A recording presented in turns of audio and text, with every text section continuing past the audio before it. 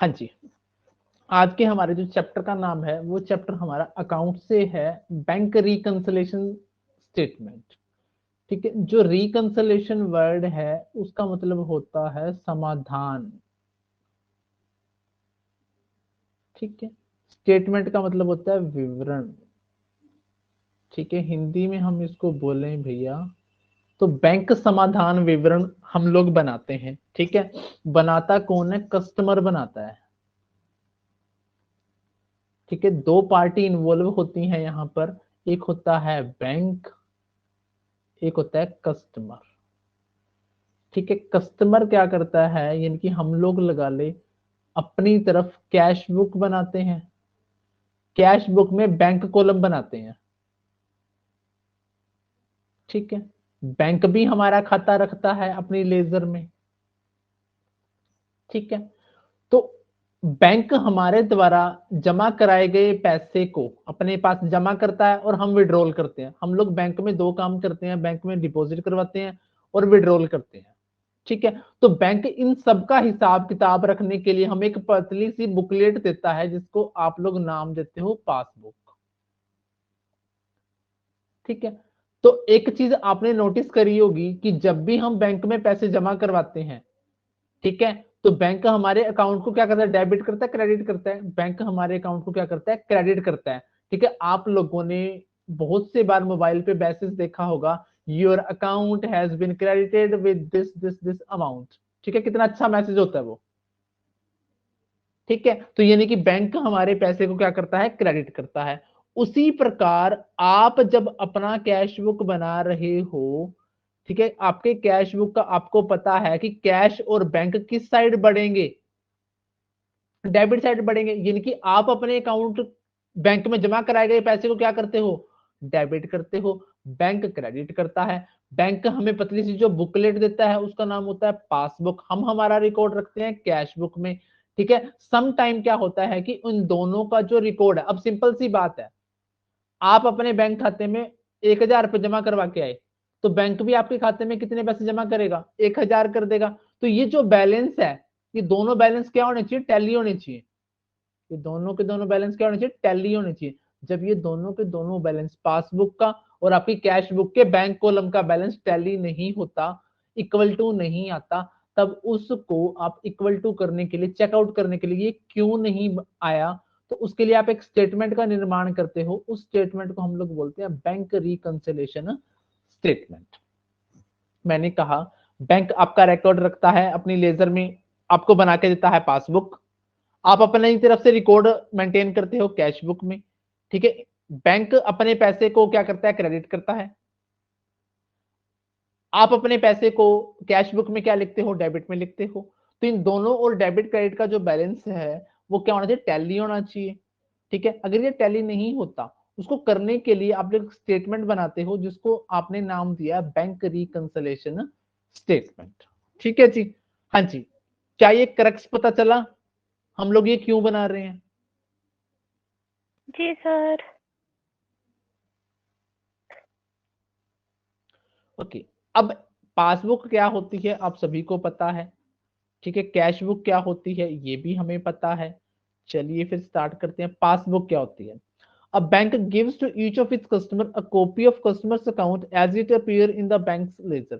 Bank की laser में जिस प्रकार उसका अकाउंट दिखता है, जो मेंटेनेंस है उस अकाउंट की, उसी रूप में, यानी कि उसी ट्रांजेक्शन के साथ आपको एक कॉपी बैंक दे देता है अपने आपके अकाउंट की, जिसको आपने नाम दिया है पासबुक।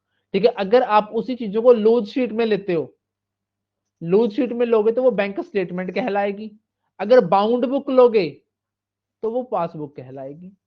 आप सम टाइम बैंक में जाते हो, ठीक है, बैंक सम टाइम आपने आईटीआर वगैरह फिल करनी हो तो आपका लॉयर या सीए क्या कहता है?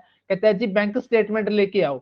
तब आप क्या करते हो? बैंक से A3 या A4 पेजेस पे आपके अकाउंट्स की स्टेटमेंट डिटेल लेकर आते हो। जो वो लूज शीट्स होती हैं वो तो कहलाती है बैंक स्टेटमेंट।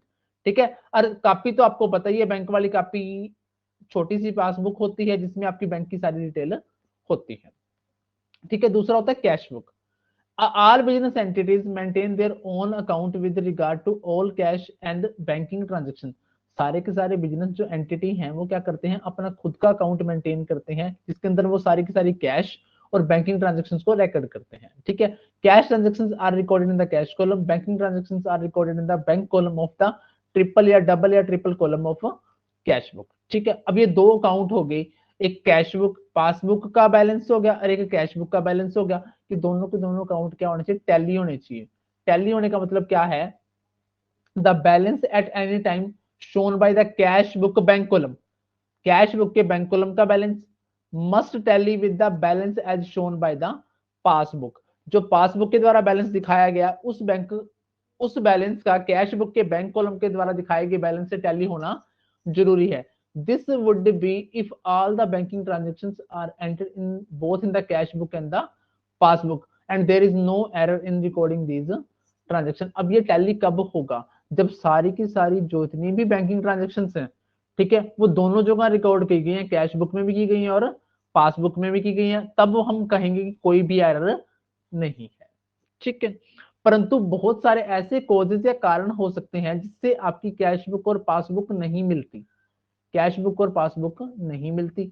आपने ट्रांजेक्शन रिकॉर्ड कैश बुक में तो ट्रांजेक्शन रिकॉर्ड कर दी परंतु पासबुक में नहीं करी, दोनों क्या रह जाएंगे, टैली नहीं हो पाएंगे। ऐसा किस वजह से हो सकता है, टाइम गैप की वजह से हो सकता है। ठीक है, ट्रांजेक्शन रिकॉर्ड करने का टाइम गैप हो सकता है। सेकंड, आपने पासबुक में तो रिकॉर्ड कर दी परंतु कैश बुक में रिकॉर्ड नहीं की। यहां एग्जांपल हो सकता है कि कैश बुक में रिकॉर्ड कर दी, जैसे फॉर एग्जांपल कोई चेक आया, ठीक है, चेक पार्टी ने आपको दिया, आप अपनी कैश बुक में जमा कर दोगे, बीतने का पैसे वापिस आ गए। ठीक है, तो वो बैंक में लगाया नहीं आपने, तो पासबुक का बैलेंस तो एज इट इज बढ़ा रहेगा, कैश बुक का बैलेंस क्या हो गया, बढ़ गया। तो ये ट्रांजेक्शन वो होगी जो कैश बुक में तो रिकॉर्ड होगी परंतु पासबुक में रिकॉर्ड नहीं हुई। अब पासबुक में तो रिकॉर्ड हो गई परंतु कैश बुक में नहीं हुई, ऐसी ट्रांजेक्शन बैंक ने इंटरेस्ट काट लिया या जमा कर दिया, बैंक ने खर्चे काट लिए या फिर इंटरेस्ट डिपॉजिट कर दिया। अब बैंक में तो वो जमा हो गया, पासबुक का बैलेंस तो बढ़ जाएगा परंतु कैश बुक का बैलेंस कब बढ़ेगा, जब आपको पता चलेगा, जब आप कैश बुक में रिकॉर्ड करोगे। तो ये वो ट्रांजेक्शन हो गई जो पासबुक में तो लिखी गई परंतु कैश बुक में नहीं लिखी गई। अदर ट्रांजेक्शनल एरर हो सकते हैं कोई और। ठीक है, अब कौन कौन सी ट्रांजेक्शन है जो कैश बुक में तो रिकॉर्ड कर देते हो आप परंतु पासबुक में रिकॉर्ड नहीं कर पाते, जैसे चेक इशू किया आपने, ठीक है, चेक इशू कर दिया आपने, पार्टी को चेक दे दिया, तो पार्टी को चेक देने से क्या होगा, आपका बैलेंस कम हो जाएगा परंतु उस पार्टी ने बैंक में पेमेंट में प्रेजेंट ही नहीं किया, तो आपकी पासबुक का बैलेंस ज्यादा रहेगा, कैश बुक का बैलेंस क्या हो जाएगा, कम हो जाएगा। सेकंड, चेक डिपॉजिट और paid into bank for collection but not credited by the bank. आपने बैंक में चेक लगाया, ठीक है, आपने अपनी कैश बुक में तो वो पैसे बढ़ा दिए होंगे क्योंकि चेक आपके पास आ गया परंतु बैंक ने आपके खाते में क्रेडिट नहीं किया, तो बैंक का बैलेंस क्या रहेगा, कम रहेगा, कैश बुक का बैलेंस क्या हो जाएगा, ज्यादा हो जाएगा। रोंग डेबिट और credit enter in the cash book कर दिया आपने, ओमिशन इन कैश बुक, ओमिशन का मतलब होता है भूलना, आप एंट्री करना ही भूल गए। ठीक है, तो ये वो ट्रांजेक्शन है जो कैश बुक में तो रिकॉर्ड कर दी आपने परंतु पासबुक में रिकॉर्ड नहीं हुई। अब ये वो ट्रांजेक्शन आएंगी आगे जो पासबुक में तो रिकॉर्ड हो सकती हैं ऑटोमेटिकली या फिर अपने आप, ठीक है, परंतु कैश बुक में नहीं हुई। कौन सी है, इंटरेस्ट अलाउड या credited by bank but no intimation to bank. भी समटाइम क्या होता है, बैंक अपने खाते में अपना इंटरेस्ट जमा कर देता है, हमारे डिपॉजिट के ऊपर इंटरेस्ट वो जमा कर देता है परंतु उसकी इंफॉर्मेशन हमें कब मिलेगी, या तो कोई हमें मैसेज आए या फिर क्या हम लोग अपनी पासबुक पूरी करवाएं। तो ऐसा जो ट्रांजेक्शन थी वो पासबुक में तो पहले रिकॉर्ड होगी परंतु अभी तक कैश बुक में रिकॉर्ड नहीं हुई। ठीक है, ये पहला एग्जांपल हो सकता है। सेकंड हो सकता है इंटरेस्ट ऑन, बैंक ने इंटरेस्ट चार्ज कर लिया हो, बैंक ने क्या कर लिया, ओवरड्राफ्ट पर इंटरेस्ट काट लिया या फिर बैंक चार्जेस काट लिए, कमीशन पे कर दिया। ठीक है, परंतु अभी तक इंटीमेशन है ही नहीं अपने को, बिजनेस को, तो वो भी फर्क रह जाएगा। थर्ड है किसी कस्टमर ने डायरेक्टली बैंक में जमा करवा दिए, ठीक है, तो बैंक कॉलम तो आपका क्या, सॉरी, पासबुक का बैलेंस तो क्या हो जाएगा, बैंक में बढ़ जाएगा परंतु कैश बुक का बैलेंस अभी कम पड़ा रहेगा, तो दोनों में फर्क आ गया। इंटरेस्ट जमा हो गया आपके खाते में, डिविडेंड जमा हो गया, बैंक ने आपके बिहाफ पर कलेक्ट कर लिया तो बैंक की पासबुक वाला बैलेंस तो बढ़ गया, परंतु कैश बुक का बैलेंस कम रहेगा। बैंक ने आपके बिहाफ पर डायरेक्ट पेमेंट कर दी, कस्टमर ने स्टैंडिंग इंस्ट्रक्शंस दे रखी हैं बैंक को कि आप मेरी तरफ से कोई बिल हो, टेलीफोन बिल हो, ठीक है, वो आप पे कर सकते हो। तो इससे क्या होगा, बैंक का जो आपका बैंक का बैलेंस है वो तो कम हो गया, पास कैश बुक का बैलेंस अभी भी ज्यादा पड़ा है। ये आप कब रिड्यूस करोगे, जब आपको पता चलेगा। अब यहाँ पे क्या होगा, बैंक में तो एंट्री होगी परंतु कैश बुक में एंट्री नहीं होगी। Cheque paid into the bank for collection but dishonour by bank, no intimation of the dishonour, dishonour की आपको सूचना ही ना मिले, ठीक है। तो भी क्या होगा, बैंक में तो वो पैसे माइनस हो लिए, डिसऑनर हो लिया, डिसऑनर के चार्जेस वगैरह भी कट गए हो, पर तो आपको अभी तक सूचना ही नहीं है, तो कैश बुक में उसकी कोई एंट्री नहीं है। Cheque issued but dishonour by bank, no intimation of dishonour की, यहां भी आपको सूचना नहीं है। आपने चेक इशू किया था, आपने पार्टी को चेक दिया था, परंतु वो चेक क्या होगा, डिसऑनर हो गया। बैंक में तो होली ट्रांजेक्शन, परंतु आपकी कैश बुक में ट्रांजेक्शन, आपने सिर्फ नॉर्मल ट्रांजेक्शन करी होगी, चेक इशू की, आपने पैसे कम कर दिए होंगे, परंतु वो तो जाके क्या होगा, डिसऑनर हो गया। रॉन्ग डेबिट या credit entered in the passbook, omission in the passbook, ठीक है। ये वो ट्रांजेक्शन है जो पासबुक पे तो इंपैक्ट पहले डाल देती है, तो कैश बुक में इंपैक्ट जो डलेगा वो पता लगने के बाद डलेगा। अदर ट्रांजेक्शन कौन कौन सी हो सकती हैं, एरर इन टोटलिंग और balancing of cash book, transaction recorded twice, दो बार रिकॉर्ड कर दी कैश बुक या पासबुक में। Error of recording by wrong amount, गलत अमाउंट से रिकॉर्डिंग कर दी। Error of recording in wrong side, गलत साइड कर दी, डेबिट इंस्टेड ऑफ क्रेडिट या फिर वाइस वर्सा, ठीक है। ये वो ट्रांजेक्शन थी सारी की सारी जिसकी वजह से जो कैश बुक और पासबुक का बैलेंस होता है वो डिफरेंशिएट होता है, अलग अलग या फर्क दिखाता है, ठीक है। कहते हैं देयर आर सेवरल रीजन, कई कारण हो सकते हैं, ठीक है, डिस्क्रिपेंसी तक कमी, मतलब इसको आप लोग अगर नॉर्मल लैंग्वेज में कहें तो मैं कह सकता हूं फर्क, डिफरेंस कह सकते हैं हम लोग। कई कारण हो सकते हैं कैश बुक के और पासबुक के बैलेंस में फर्क आने के, कई कारण हो सकते हैं। सबसे पहला कारण, ठीक है, देखो ये इफेक्ट है पासबुक के ऊपर, ये इफेक्ट है कैश बुक के ऊपर। अब मेरे को नॉर्मली प्रैक्टिकली सोचना है इस चैप्टर को, ठीक है, अगर आप इस चैप्टर को प्रैक्टिकली सोच के करेंगे तो ज्यादा बेटर रहेगा। जैसे फॉर एग्जांपल चेक पेड, आपने बैंक में जो ऐसे जमा करवाया, बैंक में देखो चेक आपके पास आया होगा, जब आपके पास चेक आया होगा तो आपने अपनी कैश बुक में क्या कर दिया होगा, जमा कर दिया होगा, परंतु बैंक ने अभी क्रेडिट नहीं किया, तो इसका इंपैक्ट क्या होगा, आपकी कैश बुक तो ज्यादा पड़ी है, ठीक है, और परंतु बैंक का जो पासबुक का बैलेंस है वो क्या पड़ा है, कम पड़ा है, क्योंकि बैंक ने अभी आपके अकाउंट में इस चेक को क्रेडिट नहीं किया। हाँ जी, क्या ये बातें आपको समझ में आ रही हैं? Yes sir. सर क्वेश्चन किस तरह का आ सकता है, यही एरर से रिलेटेड ही क्या सर?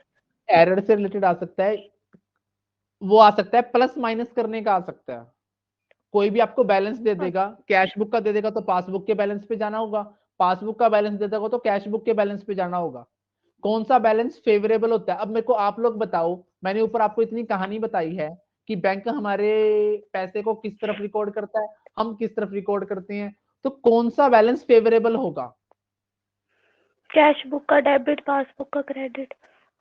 सिंपली बात है कि पासबुक का क्रेडिट बैलेंस फेवरेबल होगा और कैश बुक का डेबिट बैलेंस फेवरेबल होगा, ठीक है। तो इसी हिसाब से आपने बेस लेते हुए कैश बुक का डेबिट बैलेंस लेते हुए या पासबुक का क्रेडिट बैलेंस लेते हुए आपको ट्रांजैक्शन दे देगा, फिर पूछेगा कि बताओ इसको प्लस करेंगे या फिर माइनस करेंगे। जैसे आपने अभी ट्रांजैक्शन पढ़ी कि ये चेक तो आपने बैंक में लगा दिया, बैंक में लगाने से पहले आपके पास आया होगा तो आपने कैश बुक में जमा कर दिया होगा कि पैसे आ गए, परंतु बैंक ने अभी क्रेडिट ही नहीं किया, ठीक है। तो आप इसका इंपैक्ट क्या करोगे, वापिस कैश बुक में से इसको लेस करोगे, तभी आपका बैलेंस बराबर हो पाएगा ना, क्योंकि आपको तो पासबुक और कैश बुक का बैलेंस क्या करना है, बराबर करना है। तो आप तो कैश बुक में छेड़ कर सकते हो, आप तो कैश बुक में प्लस करके गए हो अपने घर पे और बैंक में चेक लगा दिया, परंतु बैंक ने अभी तक क्रेडिट नहीं किया, तो वापिस आके क्या करोगे, अपने कैश बुक में से माइनस कर दोगे। सेकंड है, चेक आपने इशू कर दिया, पार्टी को चेक दे दिया, ठीक है, जब पार्टी को चेक दिया होगा तो आपने अपनी कैश बुक में से लेस कर दिया होगा, परंतु पार्टी ने अभी प्रेजेंट ही नहीं किया, पार्टी ने प्रेजेंट नहीं किया तो पासबुक का बैलेंस तो ज्यादा पड़ा है, कैश बुक का बैलेंस क्या हो गया, कम हो गया। अगर इस इंपैक्ट को खत्म करना है तो आप क्या करोगे, वापसी से कैश बुक में क्या कर दोगे, उतने पैसे की अमाउंट को ऐड कर दोगे। थर्ड है cheque received and enter in the bank column of cash book परंतु omitted to be in the bank. अब एक छोटी सी बात है, चेक आपको प्राप्त हो गया, चेक प्राप्त हो गया तो कैश बुक में तो एंट्री कर दी, परंतु बैंक में लगाया नहीं, तो बैंक का बैलेंस कम पड़ा है, पासबुक का बैलेंस ज्यादा पड़ा है। तो आपने अगर इस इंपैक्ट को खत्म करना है तो आप क्या करोगे, कैश बुक वाले कॉलम में से माइनस कर दोगे, तभी ये दोनों बैलेंस क्या हो जाएंगे, बराबर हो जाएंगे।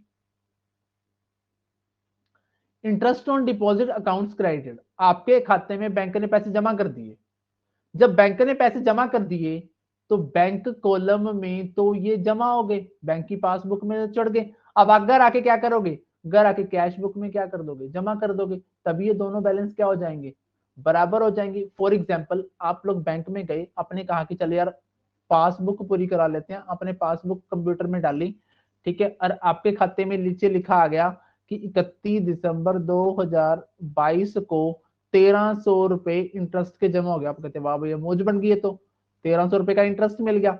आप घर आए या दुकान पे आए, अपनी पासबुक में 1300 रुपए नाम की इंटरेस्ट आपके बैंक कॉलम में आपने चढ़ा दिया, क्योंकि पासबुक में तो ऑलरेडी चढ़ गया ये, तो आप इसको कैश बुक में आकर बराबर करोगे, चढ़ाओगे, तभी ये बराबर होगा। पांचवा है बैंक ने चार्जेस काट लिए, आपको पता नहीं चला, बैंक ने चार्जेस काट लिए। अगर बैंक ने चार्जेस काट लिए तो जो पासबुक का बैलेंस होगा, यानी कि बैंक का बैलेंस होगा, वो कम हो गया होगा, कैश बुक का बैलेंस क्या पड़ा होगा, ज्यादा पड़ा होगा। तो आप घर पे आओगे, कैश बुक वाले बैलेंस में क्या कर दोगे, कम कर दोगे, उतने पैसे की क्या कर दोगे, एंट्री कर दोगे क्रेडिट साइड, तभी आपकी कैश बुक का बैलेंस कम होगा बैंक कॉलम का, तभी ये क्या हो जाएंगे, बराबर हो जाएंगे। ये भी एक कारण हो सकता है आपके फर्क होने का। ठीक है, dishonour bill and check debited in the bank statement but not yet brought into account in the cash book, dishonour हो गया। अब देखो, आपने बैंक में पैसे जमा, चेक लगाया, तो बैंक आपके खाते को क्या करेगा, उतने पैसे से क्रेडिट करेगा, ठीक है, बैंक आपके खाते को उतने पैसे से क्रेडिट करेगा, परंतु अगर वो डिसओनर हो गया, ठीक है, तो बैंक उतने खाते, उतने पैसे से आपके खाते को क्या करेगा, डेबिट करेगा।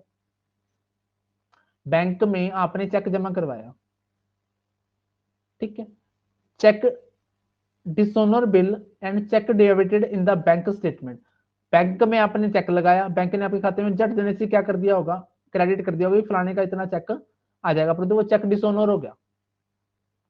डिसओनर होने के बाद बैंक क्या करेगा, रिवर्स एंट्री करेगा, तो बैंक क्या करेगा, डेबिट करेगा आपके अकाउंट को। वो डेबिट वहां पे तो हो गया बैंक में, परंतु कैश बुक में अभी आपका नहीं हुआ। अब कैश बुक में खुशी खुशी चढ़ा के गए होंगे कि इतने का चेक मिल गया, जमा कर दें, अब वापसी क्या करोगे, कैश बुक के कॉलम में भी क्या करोगे, माइनस करोगे, तभी के तभी आपका क्या होगा, ये बैलेंस बराबर हो पाएगा। नेक्स्ट है amount directly paid into bank by debtor, किसी से आपने पैसे लेने थे, उसने डायरेक्टली आपके खाते में जमा करा दिए, तो वो पासबुक में तो यानी कि बैंक में तो एंटर हो गए, कैश बुक में एंटर नहीं हो, तो कैश बुक में आप क्या कर दोगे, प्लस करके एंट्री करके क्या कर दोगे, बराबर कर दोगे। Payment and remittances by bank as per standing order, आपने बैंक को ऑर्डर दे रखा है कि छोटे मोटे जो खर्चे हैं, लाइक टेलीफोन बिल है, ठीक है, गैस वगैरह के खर्चे हैं, ठीक है, वो आपके अकाउंट से ऑटोमेटिकली क्या कर दे, डिडक्ट करके पेमेंट कर दिया करे। तो बैंक कॉलम में तो स्टेटमेंट में तो माइनस हो गए, तो आप क्या करोगे, कैश बुक में भी आकर क्या करोगे, अपने अकाउंट में डिडक्ट करोगे, रिकॉर्ड नहीं कर रखे तो आप इसको क्या करोगे, कैश बुक में आके एंट्री करोगे, कैश बुक में एंट्री करा के क्या करना पड़ेगा, इतने पैसे आपको क्या करने पड़ेंगे, माइनस करने पड़ेंगे, तभी आपका जो कैश बुक और पासबुक का बैलेंस है वो क्या हो पाएगा, टैली हो पाएगा। बैंक ने आपके बिहाफ पे इनकम कलेक्ट कर ली, आपके खाते में पैसे जमा कर दिए, अब आपका जो पासबुक का बैलेंस है वो तो बढ़ गया, आप घर रहोगे, खुशी खुशी पैसे आए हैं, तो आप कैश बुक में भी क्या कर दोगे, प्लस कर दोगे, आपका बैलेंस बराबर हो जाएगा। Mistake made either by the bank और the firm in the recording the transaction, ठीक है, ये भी क्या हो सकता है, रीजन हो सकता है क्या होने का, दोनों के बीच में डिफरेंशिएट होने का। ठीक है, अब अपा ने क्या पढ़े हैं, ये 10 से 11 कारण पढ़े हैं जिनकी वजह से पासबुक और कैश बुक के बैलेंस में क्या आता है, फर्क आता है, परंतु मैंने फर्क के साथ साथ आपको वो करके भी बता दिया कि कौन से अकाउंट में जमा करना पड़ेगा और कौन से अकाउंट में माइनस करना पड़ेगा। ठीक है जी, यहां तक की जानकारी के बारे में जानकारी दी जाए। क्लियर है सर। सोनू एंड बबीता। हाँ जी क्लियर है सर। बबीता आपका? चलो जी, हाँ जी। अब उसके बाद क्या कहता है, item which increase the passbook balance. ऐसी आइटम कौन सी जो पासबुक का बैलेंस बढ़ा देती हैं, ठीक है, या और कैश बुक का डिक्रीज कर देती हैं। अब सिंपल सी बात है, आपने चेक इशू किया, ठीक है, अब चेक इशू पार्टी को किया होगा तो कैश बुक में से माइनस कर दिया होगा, पर तो पार्टी ने लगाया ही नहीं अभी तक। पार्टी ने लगाया नहीं तो पासबुक का बैलेंस ज्यादा है, कैश बुक का कम है, यही तो ये बात बोल रहा है। Second, credits made by the bank for interest. Bank ने क्या कर दिया, आपके खाते में पैसे जमा कर दिए, जमा कर दिए इंटरेस्ट के नाम के, तो पासबुक का बैलेंस तो बढ़ गया, परंतु कैश बुक का अभी भी क्या पड़ा है, कम पड़ा है। Amount directly deposit by, customer ने डायरेक्टली डिपॉजिट करवा दिया आपके खाते में, इससे भी क्या होगा, आपकी पासबुक का बैलेंस तो बढ़ जाएगा, परंतु कैश बुक का बैलेंस क्या हो जाएगा, कम रह जाएगा। इंटरेस्ट और डिविडेंड मिल गया आपको, बैंक में जमा हो गया, कैश बुक में बाकी है अभी। Cheque paid into bank but omitted to record in the cash book. आपको किसी ने चेक दिया, अब बाहर की बाहर गए, चले जाता था बैंक में लगाता चलता हूँ, बैंक में लगा गए, बैंक में वो कैश भी हो गया, क्रेडिट भी हो गया, आपके अकाउंट में जमा भी हो गया, परंतु आप भूल गए कि यार कैश बुक में भी एंट्री करनी थी, तो कैश बुक का बैलेंस कम रह गया, पासबुक का बैलेंस क्या हो गया, ज्यादा हो गया। अब इसका वाइस वर्सा, पासबुक का बैलेंस तो कम हो जाता है, कैश बुक का ज्यादा रहता है, इसका उल्टा कर दीजिए भैया। ठीक है, cheque sent for collection but not credited by the bank. आपने चेक भेजा बैंक में कलेक्शन के लिए, तो आपने खुशी खुशी कैश बुक में एंट्री कर दिया होगा कि चलो जी जमा कर देते हैं, पैसे आ गए, परंतु बैंक ने क्रेडिट ही नहीं किया, तो कैश बुक का बैलेंस ज्यादा हो गया, पासबुक का बैलेंस कम हो गया। Cheque paid into bank but dishonour, जमा करवा दिया बैंक में, ठीक है, खुशी खुशी कर दिया कैश बुक में जमा, परंतु वो आगे जाके निकम्मे कस्टमर का निकला, वो डिसऑनर हो गया, तो पासबुक का बैलेंस तो कम रह गया, कैश बुक का ज्यादा हो गया। Direct payment made by the bank, अब बैंक ने डायरेक्टली पेमेंट कर दी आपकी तरफ से, ठीक है, अंदर खाते डायरेक्टली पेमेंट कर दी, बैंक चार्जेस काट लिए, एटीएम के चार्जेस काट लिए, तो इससे पासबुक का बैलेंस तो कम हो गया, कैश बुक का अभी भी क्या पड़ा है, ज्यादा पड़ा है, बैंक चार्जेस काट लिए इसी तरह। ठीक है, cheque issued but not omitted to be record in the cash book, cheque issue कर दिया किसी पार्टी को, चेक वो क्लियर भी हो गया, तो पासबुक का बैलेंस तो कम हो गया, परंतु कैश बुक में रिकॉर्ड नहीं किया, तो कैश बुक का बैलेंस क्या रहेगा, ज्यादा रहेगा।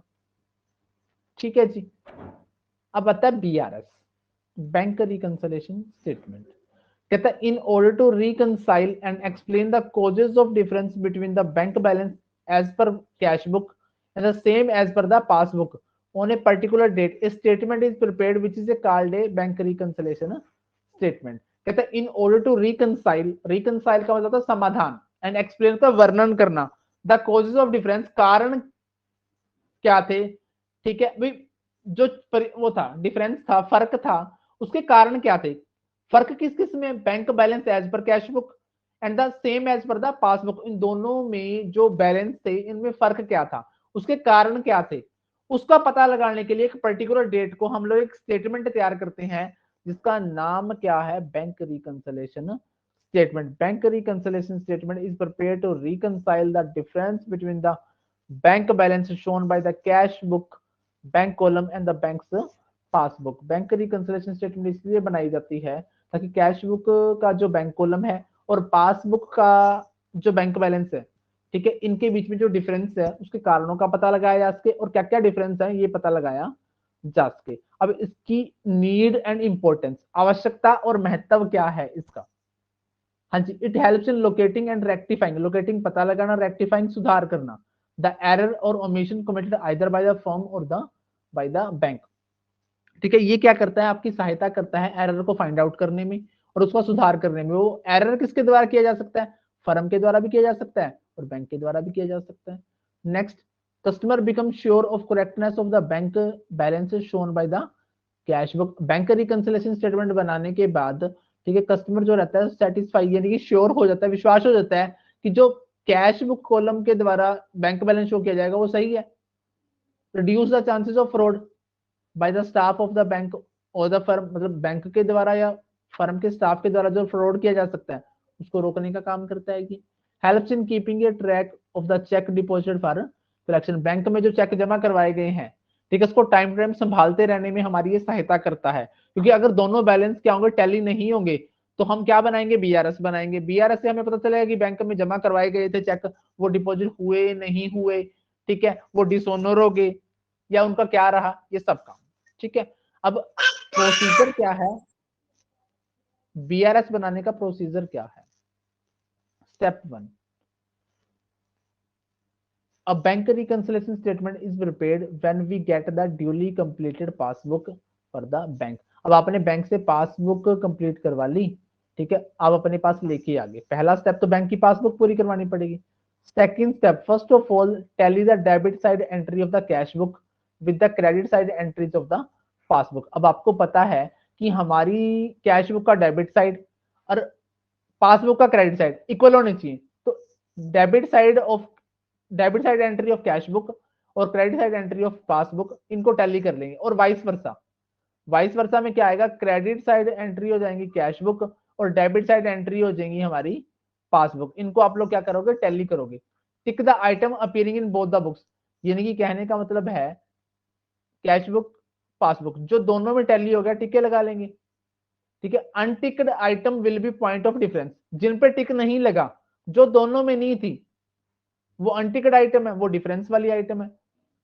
पांचवा step, a BRS is then prepared by taking either the balance as per cash book और passbook as a starting point. अब इसके बाद आप लोग क्या बनाओगे, बीआरएस बनाओगे। बीआरएस बनाने का बेस क्या होगा, या तो एज पर कैश बुक आपका बैलेंस होगा या फिर एज पर पासबुक आपका बैलेंस होगा, क्योंकि स्टार्टिंग से बनाना पड़ेगा।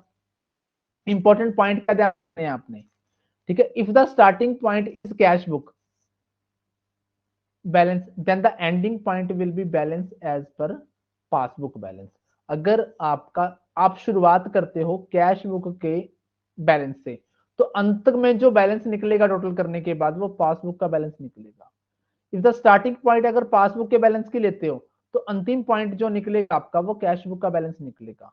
कहता है in cash book debit means, debit का मतलब क्या है, ठीक है, amount is added in the cash book and credit mean such amount is deducted in the cash book. Simple सी बात ये है कि कैश बुक का जो डेबिट बैलेंस है वो ये शो करता है कि कैश बुक का ये पॉजिटिव बैलेंस है, मतलब पॉजिटिव है, इतना कैश हमारे पास जमा पड़ा है, ठीक है। और क्रेडिट बैलेंस क्या शो करता है कि इतना कैश निकाल लिया गया है। अब पासबुक में उल्टा होगा, डेबिट का मतलब क्या है, अमाउंट डिडक्टेड, और क्रेडिट का मतलब क्या है, अमाउंट एडेड, ठीक है। Debit balance as per cash book, debit balance as per cash book का मतलब क्या है, firm has that much amount of deposit at the bank. जो हमारी कैश बुक का डेबिट बैलेंस है और उसका जो बैंक कॉलम है वो ये शो करता है कि इतने पैसे बैंक में उस फर्म के जमा है, और इसी बैलेंस को आप लोग फेवरेबल बैलेंस कहते हो, ठीक है। इसको पॉजिटिव आइटम में लिखा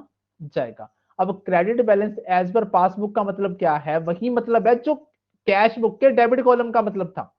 firm has that much amount of deposit in the bank में इतना पैसा जमा पड़ा है, इसको भी हम लोग फेवरेबल बैलेंस कहेंगे, ठीक है। इसको भी कहां लिखा जाएगा, पॉजिटिव आइटम में लिखा जाएगा। अब उल्टा हो जाएगा, credit balance as per cash book का मतलब क्या है, be much amount, this much amount has been withdrawn, भी इतने ज्यादा पैसे निकाल लिए गए हैं। अब कैश बुक के क्रेडिट बैलेंस होने का मतलब ये क्या है कि डिपॉजिट से ज्यादा पैसे निकाले गए हैं, ठीक है। डिपॉजिट से क्या निकाले गए हैं, ज्यादा पैसे क्या किए गए हैं, विड्रॉल किए गए हैं, ठीक है। तो उस विड्रॉल को अमाउंट को हम लोग क्या कहते हैं, ओवरड्राफ्ट कहते हैं।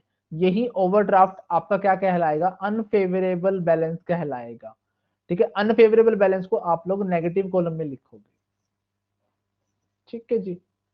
इसका उल्टा भी होता है। अब पासबुक का डेबिट बैलेंस भी तो यही होगा, पासबुक के डेबिट बैलेंस का मतलब भी तो यही होगा कि this much amount has been withdrawn in the excess of deposit, deposit से जितनी ज्यादा एक्सेस मनी निकाली गई है वो बैलेंस हमारा डेबिट बैलेंस ऑफ पासबुक होगा। इसको हम लोग ओवरड्राफ्ट या अनफेवरेबल बैलेंस कहते हैं। Write the amount under negative item लिखा जाएगा, ठीक है। अब balance as per cash book से चलोगे तो आइटम हम लोगों को ऐड करनी पड़ेगी जो कैश बुक में पासबुक में ऐड है। अगर आप कैश बुक के बैलेंस से स्टार्ट होते हो तो वो सारी की सारी आइटम जोड़ देंगे जो पासबुक में क्रेडिट हुई पड़ी है और कैश बुक में लिखी नहीं हुई। अगर आप कैश बुक के डेबिट बैलेंस से शुरू करते हो, ठीक है, तो वो सारी की सारी आइटम आप अपनी कैश बुक वाले बैलेंस में जोड़ दोगे जो पासबुक में क्रेडिट हुई पड़ी है और कैश बुक में लिखी नहीं हुई। लेस कर देंगे debit in the cash book but not recorded in the passbook. ठीक है, आइटम लेस कौन सी कर देंगे, कैश बुक में तो डेबिट कर दी गई है परंतु पासबुक में लिखी नहीं गई है। ठीक है, items debit in the passbook but not recorded in the cash book. ठीक है, आपको कुछ सही नहीं लग रहा है? सही लग रहा है, ये दोनों चीज सही लिखी हुई है।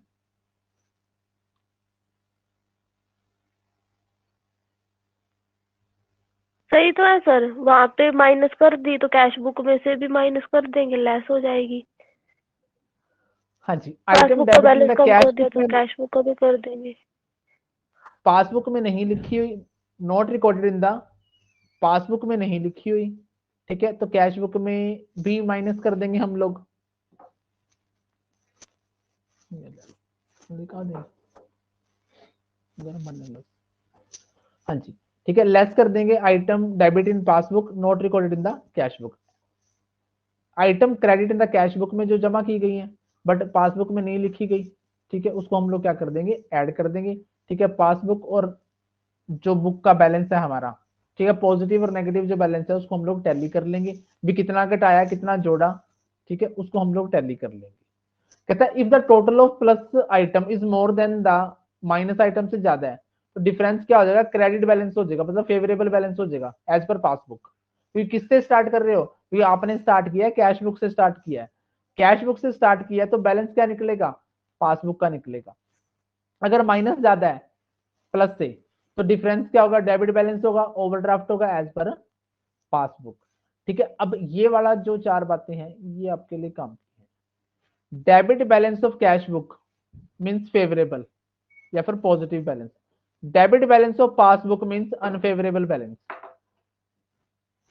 Credit balance of passbook means favourable balance, credit balance of cash book means unfavourable balance. तो इसका मतलब क्या हुआ, ठीक है, ये 1 नंबर, ये 2 नंबर, ये 3 नंबर, ये 4 नंबर।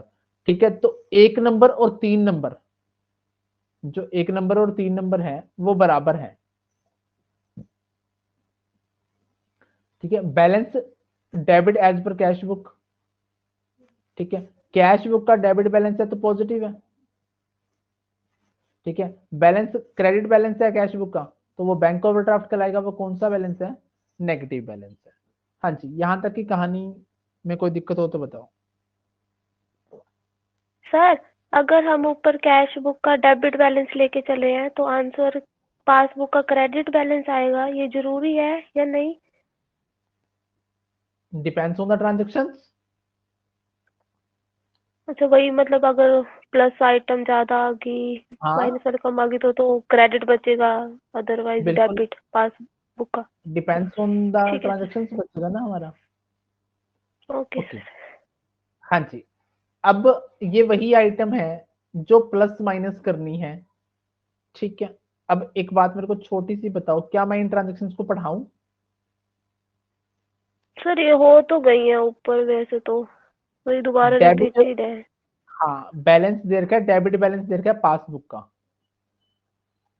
ठीक तो है, रहने देते पासबुक का हैं। डेबिट बैलेंस बैंक ओवरड्राफ्ट होता है तो वो ये नेगेटिव कॉलम होता है। अगर क्रेडिट बैलेंस होता है पासबुक का तो ये पॉजिटिव बैलेंस होता है। ठीक है, अब आपने कुछ नहीं, ये जितनी भी ट्रांजेक्शन लिख रखी हैं इनको सिर्फ अपने दिमाग से सोचना है। ठीक है, दिमाग से सोचना कैसे है, जैसे ये कैश बुक है, ये पासबुक है। ठीक है, अब आपने क्या किया, जब आपने मान लो मैं पहले ट्रांजेक्शन लिखूं कि आपने चेक इशू कर दिया पार्टी को,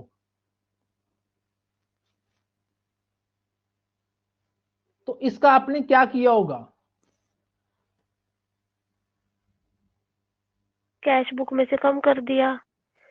आपने क्या कर दिया, कैश बुक में से कम कर दिया होगा। परंतु यही चेक मैं कह दूं पार्टी ने नोट प्रेजेंटेड, पार्टी ने प्रेजेंट नहीं किया, तो क्या हो गया, कैश बुक का बैलेंस तो कम हो गया, परंतु पासबुक का बैलेंस अभी भी ज्यादा पड़ा है।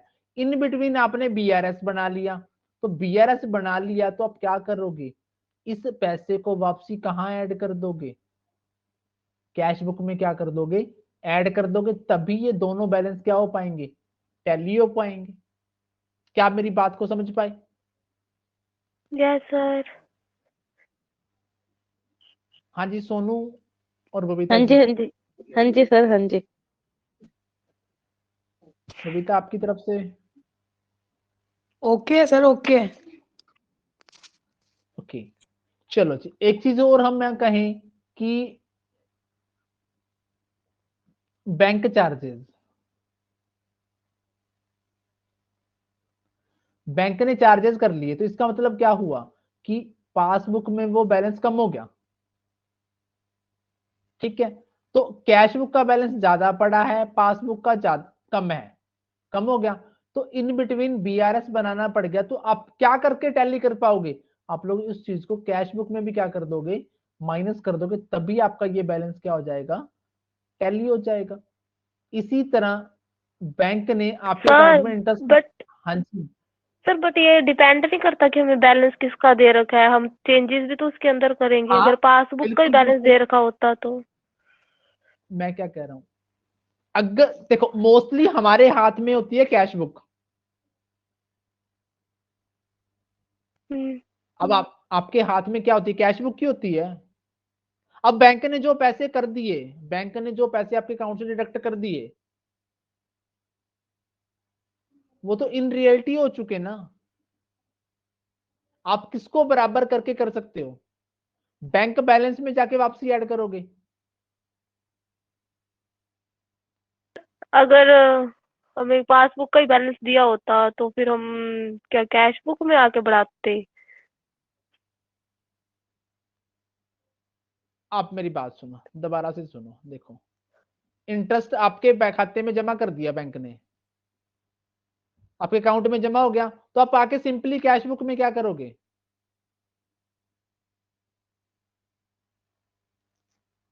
आप सिंपली कैश बुक में आके क्या करोगे, सर ऐड करेंगे, पर ये ना वो बोल रहे हैं कि अगर हमारे को स्टार्टिंग में ही पासबुक का बैलेंस दे हाँ रखा है हाँ मैं तो आपकी बात समझ गया, वो डिपेंड करेगा ना, मेरी बात सुनिए, वो तो दोनों ट्रांजेक्शन के ऊपर डिपेंड करेगा भी किसके ऊपर क्या इंपैक्ट पड़ रहा है। चेंजेस तो सर अपनी कैश बुक में ही करते हैं ना। हाँ कैश चेंजेस तो कैश बुक में ही करते हैं, तो आपको ये कह रही है कि किसके साथ मिलाने के लिए किसमें ऐड और माइनस करना पड़ेगा। ये वही कह रहे हैं कि अगर पासबुक में घटाना जमा करना हो तो कैसे करेंगे, वो ओके आपको क्या दिया है, ट्रांजेक्शन क्या दी है, वो डिपेंड तब करेगा। कोई बात नहीं, इसमें 20-25 ट्रांजेक्शन हैं, ठीक है, वो आपके लिए मैंने छोड़ दी, 35 ट्रांजेक्शन है, ठीक है, इन ट्रांजेक्शन को आपने पढ़ के आना है, ये मैं डाल देता हूं अभी। हाँ जी, ये चैप्टर मेरी तरफ से आपका हो गया। पेपर में सवाल क्या आएगा, पेपर में सवाल ये आएगा, कोई भी बैलेंस दे देगा, फॉर एग्जांपल कैश बुक का दे दिया, ठीक है, इसका पूछ सकता है फेवरेबल कौन सा होता है, अनफेवरेबल कौन सा होता है। फेवरेबल आप कह दोगे जी डेबिट होता है, अनफेवरेबल कौन सा होता है, क्रेडिट होता है। इसी तरह पासबुक का पूछ लेगा, फेवरेबल कौन सा होता है जी, क्रेडिट होता है, अनफेवरेबल कौन सा होता है, डेबिट होता है। फिर कोई भी ट्रांजेक्शन दे देगा, ठीक है, वो ये पूछ सकता है कि कैश बुक में जमा करनी है या फिर माइनस करनी है, इसी तरह पासबुक में ऐड करनी है या फिर माइनस करनी है, ऐसा कुछ सवाल आएगा, इससे ज्यादा सवाल नहीं आता। या फिर ऐसा आ सकता है कि अगर उसको ज्यादा ही आपसे खींच चढ़ी है तो 2-3 ट्रांजेक्शन दे देगा, ठीक है, कैश बुक या पासबुक का बैलेंस दे देगा और आंसर निकालने को कहेगा न्यूमेरिकली, ऐसा भी आ सकता है। बस यही सवाल आएंगे, इससे ज्यादा सवाल नहीं आ सकते। Okay sir. हाँ जी, हाँ जी, आज की क्लास आई समझ में आप लोगों को? सर, हाँ जी।